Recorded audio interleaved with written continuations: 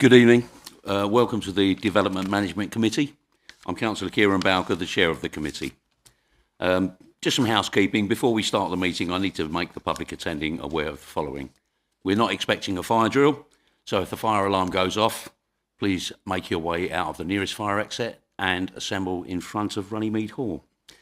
Meetings of the committee are webcast and broadcast on the internet via YouTube. If you're seated in the public area of the council chamber, it's possible your image may be used as part of the broadcast. And lastly, can I ask all present to switch mobile phones to silent? Thank you. May I ask the Development Management Committee present, who are seated in the chamber in front of me to the left, to introduce themselves, stating your name only.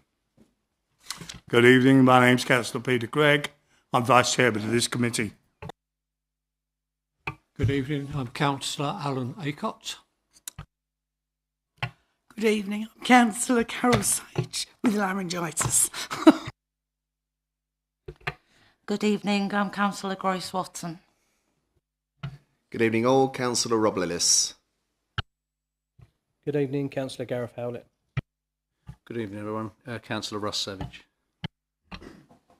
Good evening, Councillor Jackie Thornton. Good evening, Councillor Tom Skip. Thank you. May I ask the officers present to introduce themselves again, starting on my left. Good evening, Planning Officer Jamie Whitby. Good evening, my name's Stephen Garner and I'm the Assistant Director for Development Services. Good evening, Sonia Worthington, Democratic Services Manager.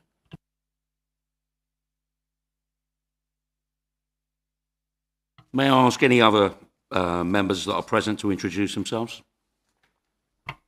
Good evening, Chairman. Councillor Michael Fuller, substitute for this committee, but not sitting on this committee this evening. Good evening, Andrew Thornton. Thank you, members. The first item on the agenda is apologies.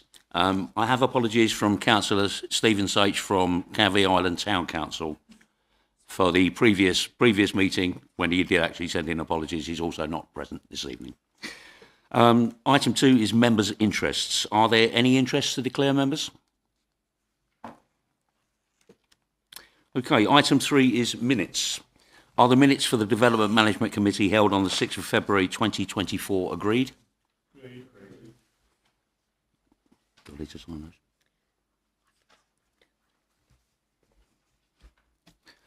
Item 4 is public speakers. For item 5.1, 49 Kiln Road, Thundersley, Mr Martin Silk, who is objecting to the application, will speak. Item 5 is deposited plans. It's for 49 Kiln Road, Thundersley, Cedar Hall Ward. I'll now hand over to the planning officer to present this item. Thank you, Chairman. So members may remember this application. It was previously presented to the committee back in September. And this revised application has been presented to the Development Management Committee following a call-in by Councillor Mrs Jackie Thornton on the grounds that of the potentially excessive noise and disturbance to the amenity of the neighbours, as well as the need to ensure the need of the residents of the facility are met. As I said, this follows a similar proposal presented to the committee in September 2023. I just want to raise to members that the applicant has appealed that previous refusal, just as a point of, just to let you know. The proposal is for the change of use of the existing house into a children's home for up to 3 children. This differs from the previous scheme where it was proposed to only house up to 4 children. The property is located on Kiln Road, a short distance up from the council offices towards Breadenshees Hill on the eastern side of the junction with Connybrook. The proposal is not proposed to alter the external appearance of the dwelling and would provide 3 bedrooms and an office for staff. The purpose of the children's home is to offer accommodation to children under the care of Essex County Council and neighbouring local authorities. These children need somewhere to live, quite simply, and there would be a maximum of 3 children housed under this proposal at any one time, with 2 members of staff on site at any one time as well. As noted in the report in front of you, there is a national shortage of children's care homes, and the ministerial statement clearly sets out that the planning system should not be a barrier to providing these much needed homes.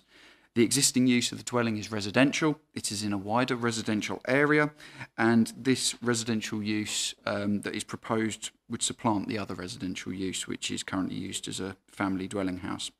On this basis, it isn't considered that there is any objection under policy H2, which requires the retention of housing for of existing residential properties for residential use.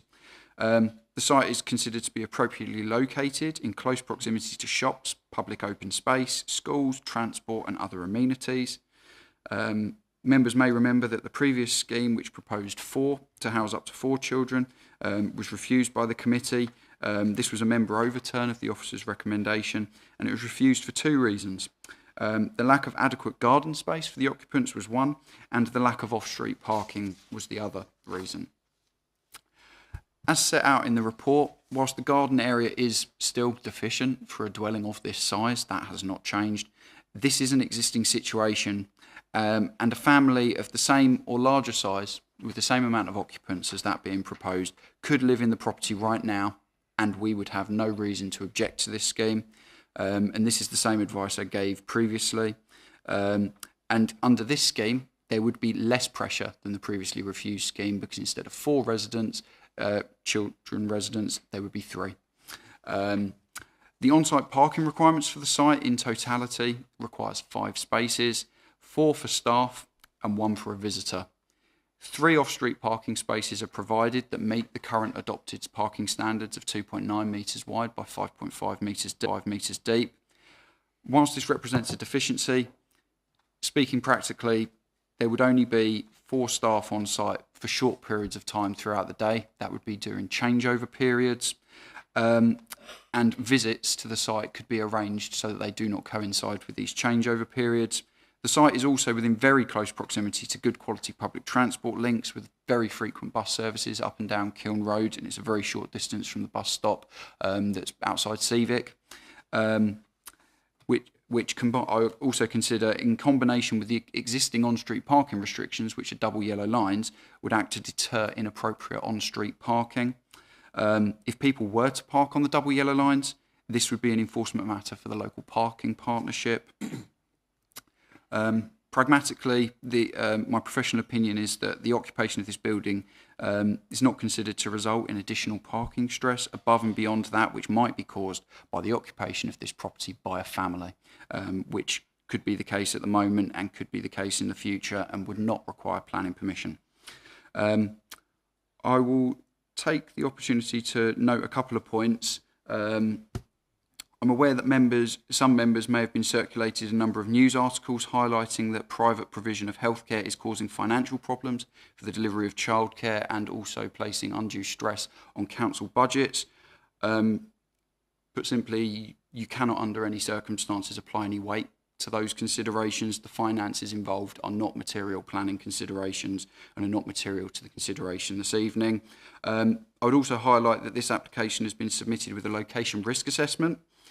However, this is not a requirement of the planning process, as I've advised at previous meetings, and there is no planning policy requirement either locally or nationally to do so.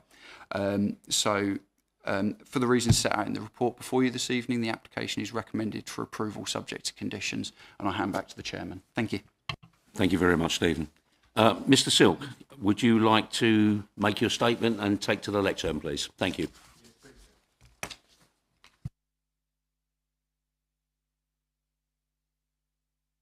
Just to say, Mr Silk, you have 3 minutes. Thank you very much. To thank my family and members of my community coming out on this horrible, horrible evening. Thank you. Agreed, the weather is horrible. Thank you. Okay, thank you. Bye-bye.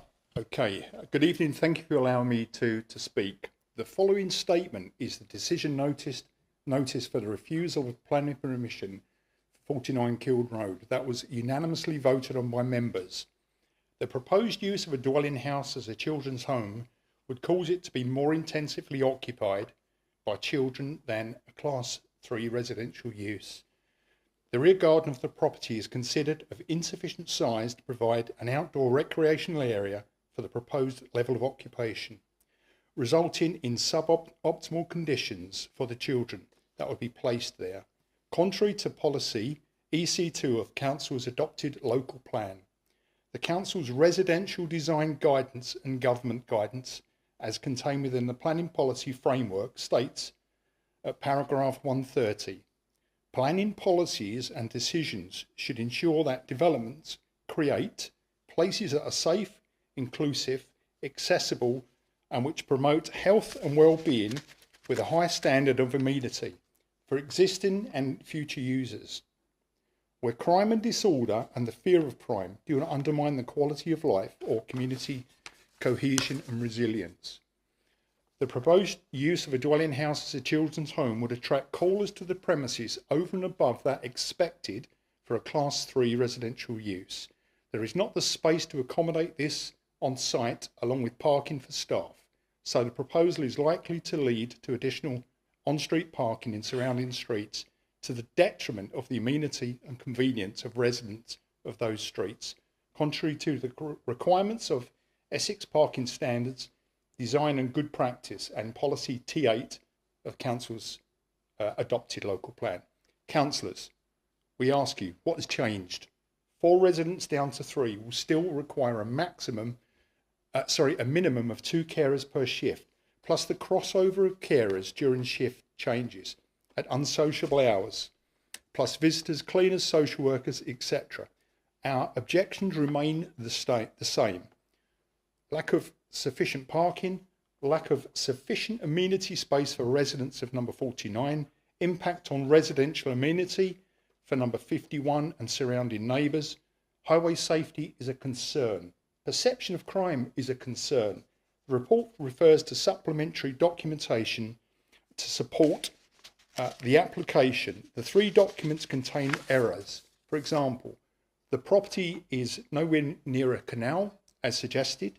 The risk assessment suggests the property is not near an A road when it fronts onto the A13, a very busy road and one of the main causes of concern.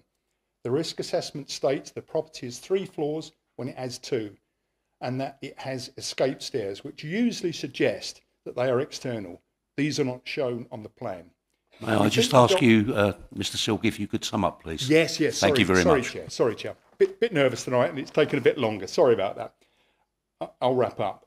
We think the documents have been downloaded from the internet and not tailored specifically to the limitations of number 49.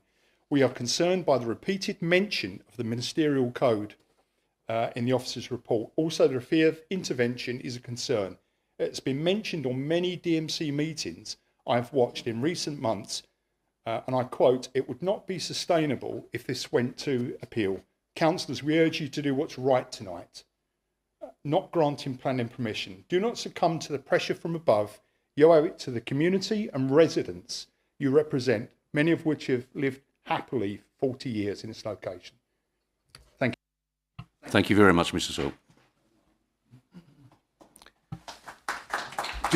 Thank you, ladies and gentlemen. Do members have any questions for the planning officer about the planning application? Please note that this is the members' opportunity to seek clarification on this particular application. If you're unclear about any of the detail, members should refrain from making statements about their views on the proposal. These should be expressed in the debate section of the meeting. Councillor Savage. Just for clarification, what are the age limits, lower and upper limits of the children that will be in the property if it is approved? There aren't any limits proposed. However, if members feel that that is something that they would wish to put a control on, they could vote to put through an amended approval with a condition on. Councillor Lillis. Thank you, Chair. Steve, can you confirm that any scoping by Essex County Council / Ofsted on the suitability of the property to be a residential institution will be carried out if the planning permission is granted tonight and that it's not required as part of the planning process? Can you also confirm that any safeguarding concerns that I or my colleagues here might have are also not part of this planning process? Thank you. Not a problem at all. So Any work that's required with regards to the scoping of whether it is a suitable property is work that falls under separate legislation from that of the planning system, and it would fall under Essex County Council as the responsible childcare authority, and also Ofsted to undertake any of that work. And as far as the safeguarding concerns, it would also fall under them. The planning system is purely about the use of the property, and whilst the use of that encompasses the care of children, the specific requirements for the care of children is not something that's required under the planning legislation. Councillor Thornton. Thank you. In the report, it mentions a consultation response from Environmental Health requesting a condition saying the owner or nominated person shall live on the premises and be responsible for the general management. Well, as far as I am aware, they aren't not going to live on the premises. They're going to be passing through, staying at the premises when they're employed, but they're not living. Can you clarify that, please? Yes, so we've taken the view that it wouldn't necessarily be required that a member of staff should live at the site permanently. However, we believe that the intention of that is to provide an on-site member presence of staff at all times. So even there's always going to be, and there is a condition on recommendation, condition 6 that, sorry, is it condition 6? One of the conditions is that a member of staff shall be on site at all times. So we believe that satisfies the recommendation. Councillor Thornton. And on the parking issue, now the number of staff and the changeover, etc., hasn't changed by the reducing the children, and the children are not going to have the cars. In the report, it mentions the bus stops and the travel. In what way can you compel people that are working shifts and visiting to use public transport so that this doesn't become a problem? So there's nothing has been proposed that I'm aware of as part of the scheme to encourage members of staff, visitors to the property to use public transport. However, as I mentioned earlier, there are on-street parking restrictions there which prevent members of the public from parking on the street, and there's a limited amount of parking on site.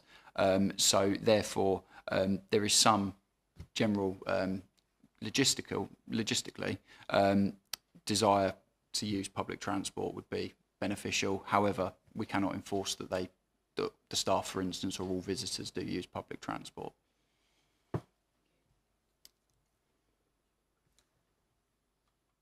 Are there any other questions? The Planning Officer's recommendation is that planning permission be granted subject to the conditions and informative set out on pages 18 and 19 of the report. For the purposes of debate, I move the recommendation. Councillor Gregg, as Vice Chairman, will you second the motion? I will second that motion. Thank you. Please note that members should only speak once during the debate section of the meeting. Who would like to speak first? Councillor Thornton. Thank you. If I can read from my notes, please. Looking at the issue of the private and recreational amenity that's offered to the occupants, the decision we make here tonight would very likely impact on the development potential of numerous children, and those children are already at a disadvantage. So the level of amenity offered is going to be crucial to the positive development and their well-being. Now, the report acknowledges that the existing amenity space is deficient, and we've already discussed this, but you make a play on the fact that it would be no different to it being a family home. Well, we can play the numbers and say that, but family homes are run on a different dynamic. The inhabitants are bonded and they're familiar.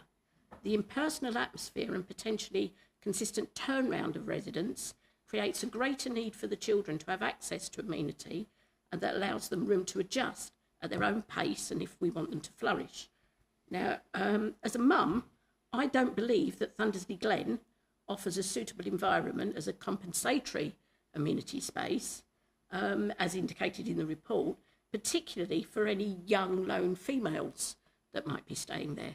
There isn't really anything else in the vicinity. The MPPF states at paragraph 130 The decision should ensure developments create places with a high standard of amenity for existing and future users. And consequently, I can't support on that on the proposal on that.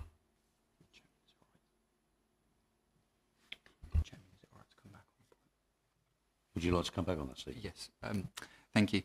Just want to say that it's not just Thundersley Glen that it's in close proximity to, it's also in close proximity to the public open space that's to the rear of the council offices as well, so it's not just Thundersley Glen. Councillor Skip. Yeah, thank you, Chairman. My colleague, Councillor Thornton, has stolen my thunder quite a lot there, Sorry. but I will make it, so I'll make this brief then.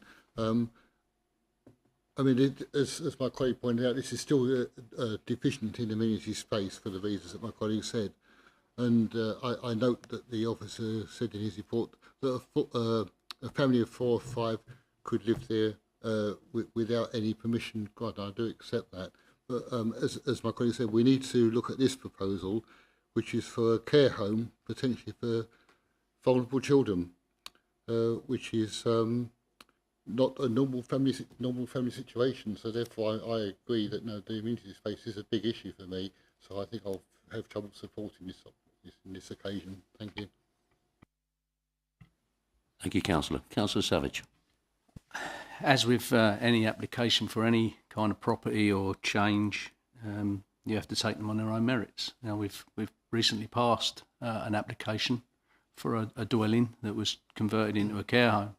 And you have to ask yourself, why are we having to do this? We're having to do this as a community because Essex County Council have got rid of all these homes, and these kids need somewhere to live. You know, they need nurturing. I 100% agree with what Jackie said. You know, these children are vulnerable already and they need somewhere to live. However, and I do agree with the resident statements, that is the A13. And on that basis alone, I find it absolutely abhorrent that they would even put children, irrespective of what age they are, in that location. So unfortunately, I'm not going to be approving this one either. I'm sorry. Councillor Lillis. Thank you, Chair. I have to say on DMC, these are the most difficult applications that I feel come before us. And I'm very, very torn. And I've read this report probably 4 or 5 times over the last week. And I go back to our previous meeting and the concerns about parking and lack of amenity space. And I tried to keep an open mind, as obviously we all must here tonight. I actually was at a funeral today and I was speaking to a lady who runs care homes. And I said to her, look, we're put in a position where we're almost putting the cart before the horse here. And you know, I counselled her view a little bit. And I said, tell me about Ofsted and Essex County Council. I won't dwell on Essex County Council because what she said about them wasn't particularly favourable. And I don't want to be in trouble. But Ofsted, she did say to me that they put hoop after hoop after hoop in front of the applicants, which has obviously given me some comfort tonight. Previously, I said that I recognise that these children, and they are children, are the most vulnerable that we've got in our society. And I am mindful of that. And yet I'm mindful of how residents are feeling. There was talk of crime, but also care. We should be aware that we've got an obligation here, legal and moral obligation, to provide care and these facilities. And we sort of make this assumption that they're criminals. Some of them will be having horrific times at home. Horrific times. So, vote as you will. As I say, I'm very much torn on it. I recognise that we have to provide these facilities. It's a legal obligation on us to do so. But then, on the A13, is that the ideal location to have such a home? Probably not. Well, it's not. So, I'll stop rambling and let someone else speak. Thank you very much. Thank you, Councillor. Would anyone else like to speak? Councillor Aycott. Yeah, thank you, Chair. Yeah, I'm inclined to agree with the previous speaker that we don't know much about these young people. I mean, are they in some type of care because their parents can't look after them properly? Or have they committed some type of crime where it's considered that they've got to be treated in a different way? Reading this report, and again I've read it a couple of times and I've been flicking through it again this evening when we first came in, I can't really see any age range in there. We have had some of these, we've been told that they're between kind of 16 and 6 years old, they could be, but we've got no idea what this is. So it's possible that they could be kind of 3 17-year-olds put in there. And, well, we all know what some 17-year-olds can get up to, especially if they're in a group. Thank you, Mr. Chairman. Thank you, Councillor. Would anyone else like to speak? Councillor Watson. Thank you, Chairman. As I'm new to the DMC committee, I've read this report over and over and over. I've listened to the points put forward tonight, and it's coming across that they're all in the opinion that they could be teenagers. They could be 3 to 5 year olds. They could be 7 to 9 year olds. The sad fact is these children need to go somewhere, and wherever it is, they've got to go somewhere and be cared for. And we need to be open-minded. I agree about the A13, but this tears at my heartstrings because they are children. And to say with 16, 17-year-olds, none of us know. To presume they're going to be criminals, we don't know. They could be babies that need caring and need somewhere to live. I don't know which way to go at the moment, but it's sad really, but they need somewhere to live. Thank you, Councillor. Councillor Gregg. Thank you, Mr. Chairman. I'm going to look at this in a totally different way. I don't disagree with what's been said so far at all. In fact, I fully agree with it. However, I also think that what's the difference between a family that has to adopt 2, possibly 3 children? You know, what is the difference? You've got 3 children there. Yes, I agree. It's not an ideal situation. They're on top of a A13, not a good place to be. But at the end of the day, you know, it's a 3-bedroom house or 4-bedroom house, whatever it is. And it's no different to any other family moving in there. If that place was to go up for sale and you had another family move in there, what's the difference? They're still children. They're still children. I can see you shaking your heads up there and saying no. At the end of the day, they're still children, regardless. Can we, Councillor Gregg, can I ask you not to address the public? Sorry, Yes. sorry, Mr. Chairman, I agree, yeah. My apologies. Sorry, folks, can I just say, Councillor Gregg, to the ladies and gentlemen, it's not a public meeting, it's a committee meeting, and I've just admonished Councillor Gregg for addressing you. And I apologise for And that. he has apologised. Can we just get back to the meeting? Thank you. There is no public right to speak, I'm afraid. This is a committee meeting. This is a committee meeting.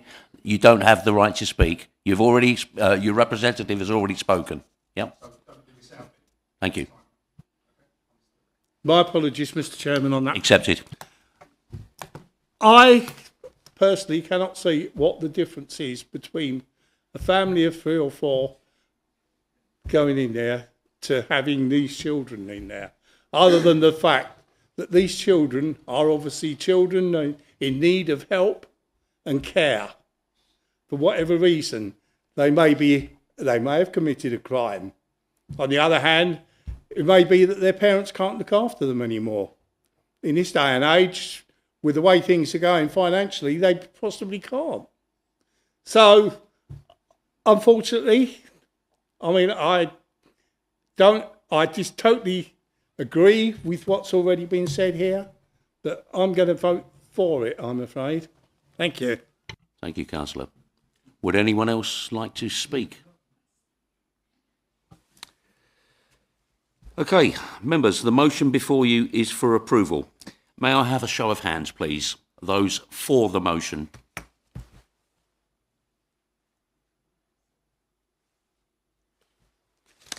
Those against? And there are no abstentions. Yep. That's 743 against. Yep. The motion is carried and the application is granted subject to the conditions and informatives set out in the report. Ladies and gentlemen, if you wish to leave at this point, you're most welcome to stay. We have one more issue. Thank you very much.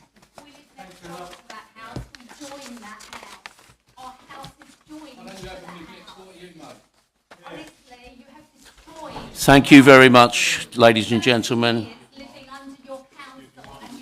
Stephen.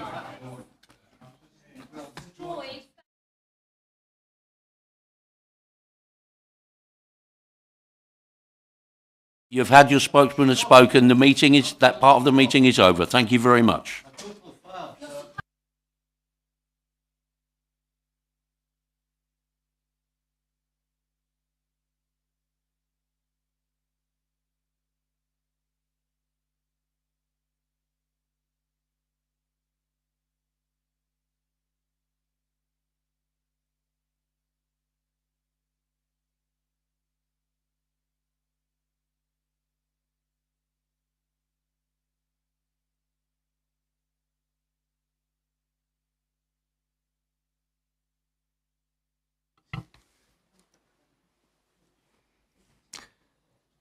Okay, councillors. Item 5.2 is a TPO. It's on 7 Kingston Way and 8 Kingston Way and 64 Kenneth Road, Thundersley, in St Peter's Ward. I'll now hand over to the planning officer to present this item. Thank you very much, Chairman. As set out before you in the agenda this evening, the purpose of this application is to decide whether to confirm a provisional tree preservation order which has been made by officers. I apologise if I slip into calling them TPOs. It's a lot shorter and quicker than calling them tree preservation orders. The order currently protects the identified trees until the 21st of March, but as objections have been received to the order, it is required to be confirmed or revoked by the Development Management Committee and not under delegated powers to officers. By way of some background, a provisional tree preservation order was placed on an area of trees to the rear of Kingston Way, Kenneth Road and Coomwood Drive in spring 2023, following concern that some of the trees to the rear of these properties could potentially be felled, and there are a significant number of large prominent trees in that area.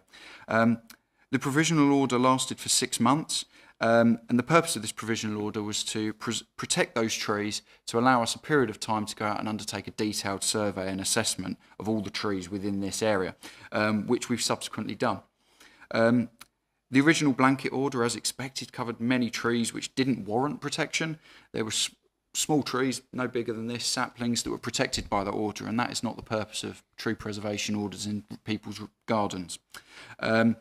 So after surveying, it was decided to reduce the scale of the preservation order and instead issue 3 separate orders which identified protected trees and allowed greater freedom for owners to undertake works to other non-protected trees.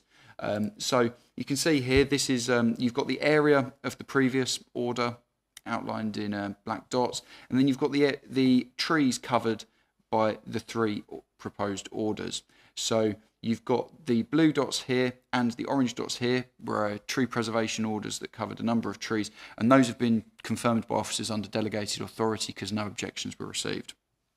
You can see from the green dots here, those are the trees that are protected under the order that is before you this evening, and those are the trees that are up for consideration.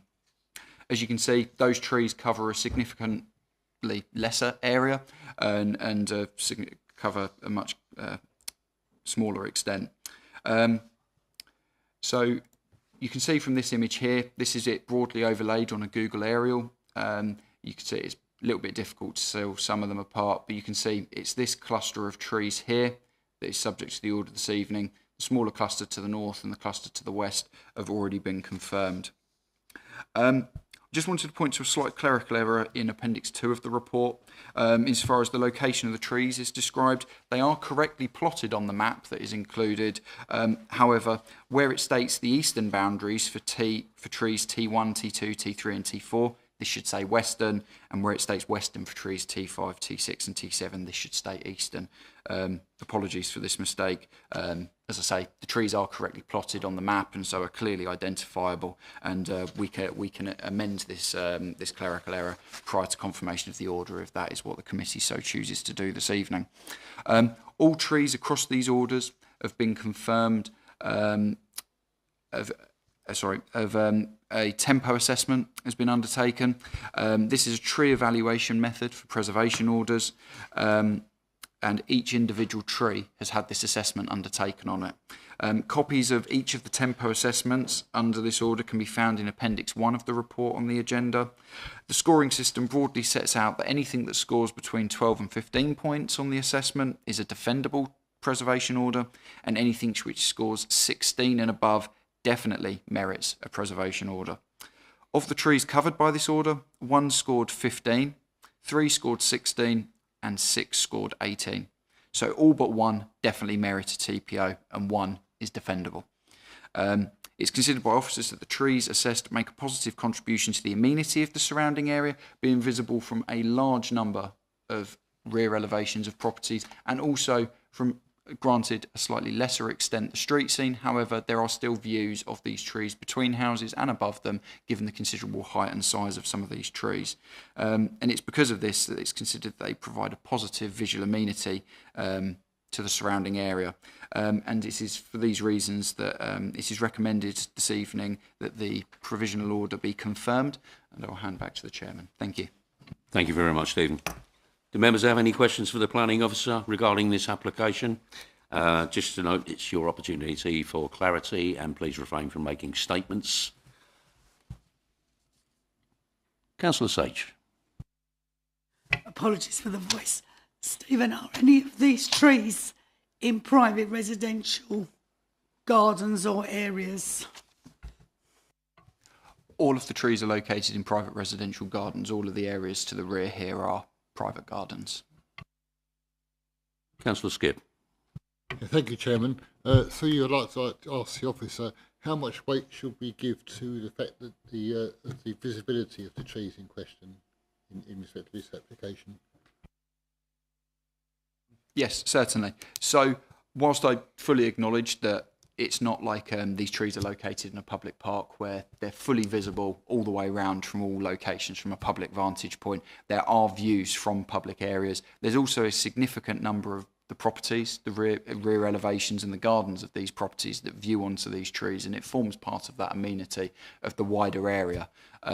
So, as far as how much weight you could apply, that is obviously, it's a call of judgment. Members may choose to place different weight on it. However, my professional judgment is that there is sufficient view from both public and private land that the level of amenity that this contributes to provides a justification to confirm the TPO. Councillor Aycott. Thank you, Mr. Chairman. Could the officer just confirm that I'm correct in saying, although these trees have, or are likely to have, a tree preservation order on them, that wouldn't stop a person who has a tree in their property from trimming any branches which they feel could be a danger to them, or they were likely to come off the tree, kind of rot through and break off. Thank you, Chairman. Certainly. So under the tree preservation order legislation, there are several provisions for different ways that work can be undertaken to preserve trees. The first and most common is submitting an application to the council, which is free of charge, and basically we quite often get it where people undertake crown reductions. They might remove a limb that's growing too close to the house, undertaking works like that, and we look at it, they will submit it and we will look at it and go, is that reasonable? So for instance, sometimes we get people who almost want to cut the entire crown of a tree off and you're left with a pencil. Something like that isn't acceptable. In some cases, maybe a species of tree is acceptable. So we will make a professional judgment call on that. The other method of doing it is where a tree is dangerous. And obviously, if a tree is imminently dangerous, you can't wait 8 weeks for an application to the council to chop it down. Something needs to happen there and then. So if there's a limb that is potentially after a storm is hanging off, or after a storm there's a problem with the tree, or the tree is dying and it's been assessed to be dangerous, there are provisions to immediately undertake the works, but there is a requirement to notify the council of those works and also provide evidence to us that those works were necessary to protect human life and property. Thank you. Councillor Savage. Yeah, just for clarification, Stephen, if I'm reading this right, virtually all of the trees that are on the list that we have before us are scored as 5s, and it says retention span in years 100 plus. Is that 100 plus years? That is 100 plus years, right, yes. Okay, and I just wanted to clarify that, because knowing that area very well, I would suggest that those trees have been there a lot longer than the dwellings have been there. That would be the case, would it not? In many of the cases, it's more than reasonable to assume that. Thank you. Councillor Thornton. Where tree preservations are put on like this, and if a resident just does it regardless, what's the recourse that the council has, please? So, like a lot of enforcement, there are discretionary elements. If work was undertaken to the tree that is potentially, they gave it a small crown reduction and they hadn't applied, and broadly it would have been acceptable anyway, we would go along sort of a discretionary route of advising and trying to educate the owners that actually you should be applying for permission to do this so that we can check. However, in this instance, we consider happily what you've done would have been acceptable, but next time, please apply and speak to us first. If works were undertaken, say a tree is felled or significant works were undertaken and the tree is preserved, there are powers to prosecute. It is a criminal offence to undertake works to a preserved tree without the correct permissions, and then it would be a matter for us to pursue through the courts. I believe last time I looked, the fines had just been increased, but off the top of my head I can't remember what the maximum fines are, I'm sorry. But yes, we can prosecute through the courts for undertaking any works and then subsequently require replanting or restocking. Granted, you might not be able to put a 20-metre high tree back in, but there's a requirement that you put something smaller in and required to maintain it. Councillor Raker. Thank you, Chairman, for letting me come back again. I understand up until recently the Borough employed a person who was a bit of an expert in trees, and that person is now left the council. Do we have a replacement for that person, or are we going to rely upon bringing in a contractor to advise on trees? Right, thank you, Chairman. Thank you. I think it's more of a practicalities question more than related to this application, but yeah, as far as I'm aware, the council doesn't have a tree specialist or qualified tree specialist. However, the planning department does have an agreement with Essex County Council where we can call on their qualified arborists should we need them. Are there any other questions? Okay, the planning officer's recommendation is for the provisional tree preservation order be confirmed. For the purposes of debate, I move the recommendation. Councillor Gregg, as Vice Chairman, will you second the motion? I will second the motion. Thank you very much. Please note, members, you should only speak once. Who would like to speak first? Councillor Savage. These trees have been here a long time, a lot longer than the people living in their houses, and they probably wouldn't have built them houses if they didn't like those trees. So from a residential perspective, I don't see there's any argument for not keeping those trees there.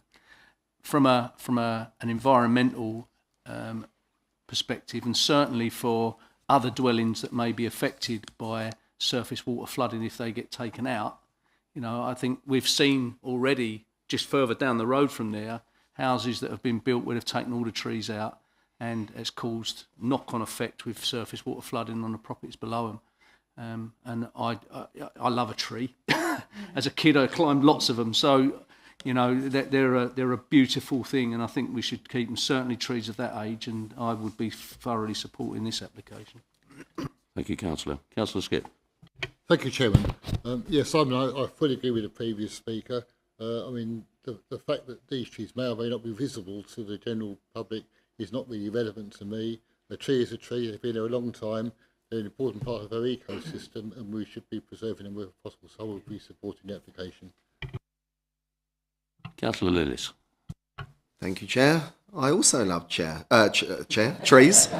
Yeah, fluff my lines. I didn't know you cared, Councillor Lillis. I also love trees, and unlike the previous administration that wanted to cut thousands of them down across our borough, but there you go. Thank you, Jamie, for the clarity of your tempos. I'm very impressed by your handwriting. I think they're crystal clear, and I note that I think every one of them got 16 plus in your assessment, apart from one which was still 15. And looking at this chart that you've got there, you say 16 plus definitely merits a TPO. So, like Councillor Savage and Councillor Skip, I also wholeheartedly will be supporting this. So, thank you.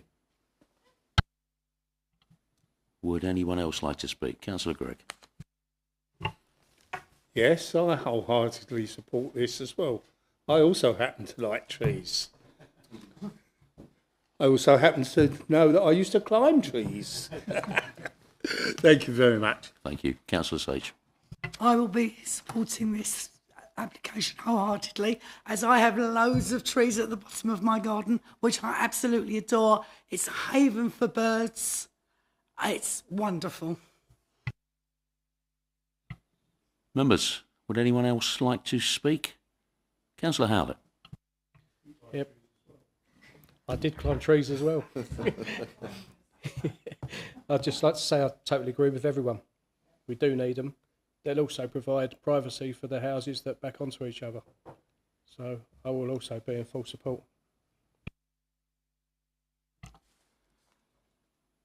Members, the motion before you is for approval. May I have a show of hands, please? Those for the motion. And that's unanimous. The motion is carried. The application is granted, subject to conditions and informatives set out in the report. Members, ladies and gentlemen, that concludes the business for this evening. Good evening and have a safe journey home. Thank you very much.